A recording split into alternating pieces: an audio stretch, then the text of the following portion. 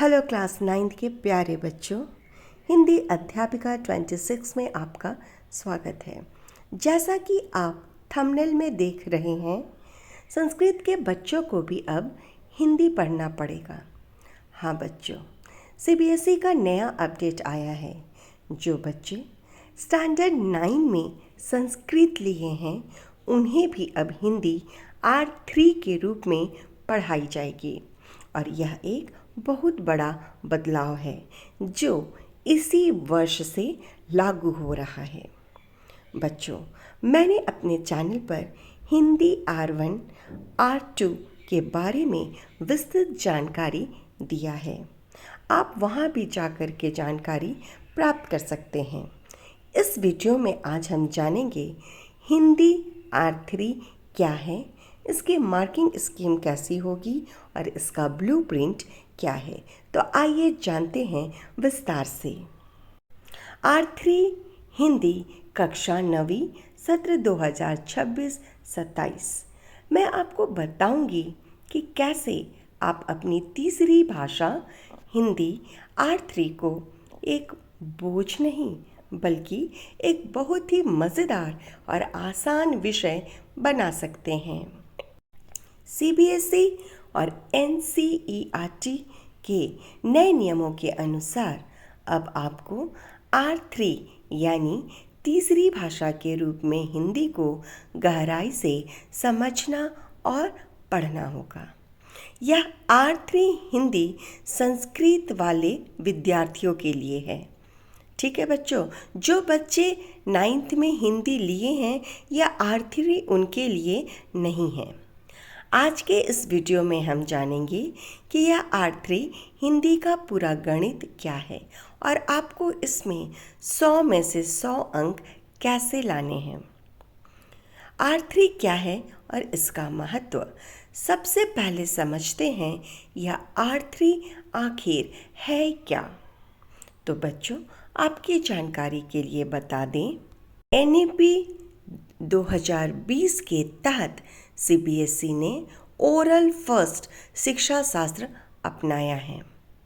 इसका मतलब है कि हमें सिर्फ रटना नहीं है बल्कि भाषा को बोलना, सुनना और समझना सीखना है। आपका पूरा मूल्यांकन 100 अंकों का होगा जो पूरी तरह से स्कूल आधारित है। यानी अगर जब आप बोर्ड में जाइएगा तब भी आपकी कॉपी स्कूल के टीचर ही चेक करेंगे। अंकों का लेखा जोखा देखते हैं। अब देखते हैं कि यह 100 अंक कैसे बटे हुए हैं। सुनना और बोलना यानी लिसनिंग एंड स्पीकिंग, ये होंगे 40 अंक के जो पूरे साल चलेगा। ठीक है, इसमें आपको डिबेट, कहानी सुनाना या चित्र वर्णन जैसी 8 गतिविधियां करनी होगी। यानी ये पूरा का पूरा क्या होगा, ओरल एग्ज़ाम होगा। मूल्यांकन के मुख्य आधार हैं आपकी स्पष्टता, विचारों का सही क्रम और भाषा का उचित प्रयोग। ठीक है, कितने अंकों का, 40 अंकों का। उसके बाद रचनात्मक लेखन यानी क्रिएटिव राइटिंग 15 मार्क्स। इसमें आपको अनौपचारिक निमंत्रण, संदेश, चित्र वर्णन 30 से 40 शब्द, लघु कथा लेखन 100 शब्दों में और दैनिक जीवन पर आधारित संवाद 80 शब्दों में लिखने होंगे। शिक्षण संसाधन आधारित, ठीक है, लैंग्वेज असेसमेंट कितने का है, 30 मार्क्स का। पठन कौशल 20 अंकों के 2 पैसेज आपको दिए जाएंगे और उससे आपसे प्रश्न पूछे जाएंगे। लेखन कौशल 10 अंक के तहत लघु और दीर्घ उत्तरीय प्रश्न शामिल हैं।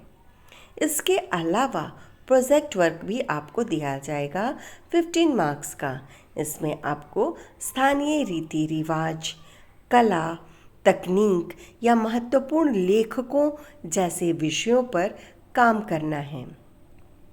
याद रखें, यहाँ सजावट से ज़्यादा आपकी मेहनत और कंटेंट मायने रखती है। ठीक है, जो भी आपका प्रोजेक्ट वर्क है उसे ज़रूरी नहीं कि आप बहुत ज़्यादा सजाएं, आपका कंटेंट क्या है ये इम्पॉर्टेंट है। तैयारी और संसाधन।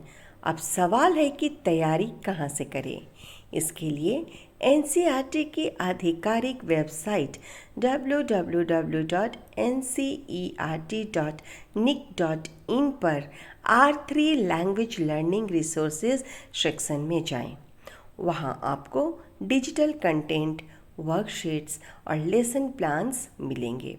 अगर आपके पास किताबें हैं तो उनके QR कोड को स्कैन करके आप सीधे डिजिटल वीडियो और अभ्यासों तक पहुंच सकते हैं।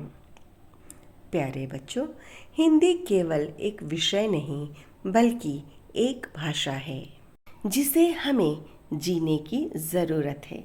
मुझे पूरा विश्वास है कि इन निर्देशों का पालन करके आप बहुत अच्छा स्कोर करेंगे। संक्षेप में कुल 100 अंकों का ब्लूप्रिंट यह है। ठीक है, तो संस्कृत वाले बच्चे बिल्कुल नहीं घबराएंगे कि अब हमें हिंदी पढ़ना है। बच्चों, यह बहुत बहुत आसान है। आप हिंदी बोलते हैं तो पढ़ने में भी आपको दिक्कत नहीं होनी चाहिए। सुनने और बोलने का कौशल 40 अंक, रचनात्मक लेखन 15 अंक, शिक्षण संसाधन आधारित मूल्यांकन 30 अंक और प्रोजेक्ट कार्य 15 अंक। ठीक है, जब आप बोर्ड में भी जाएंगे तो आपकी कॉपी की जांच स्कूल में ही की जाएगी, आप जिस स्कूल के हैं, या R3 के रूप में आपको पढ़ाई जा रही है। बच्चों, अगर आपको यह वीडियो अच्छी लगी हो तो समय बर्बाद ना करें और इसे ज़रूर लाइक करें, शेयर करें और चैनल को ज़रूर सब्सक्राइब करें। चैनल का नाम है, जैसा कि आपने देखा, हिंदी अध्यापिका 26। धन्यवाद।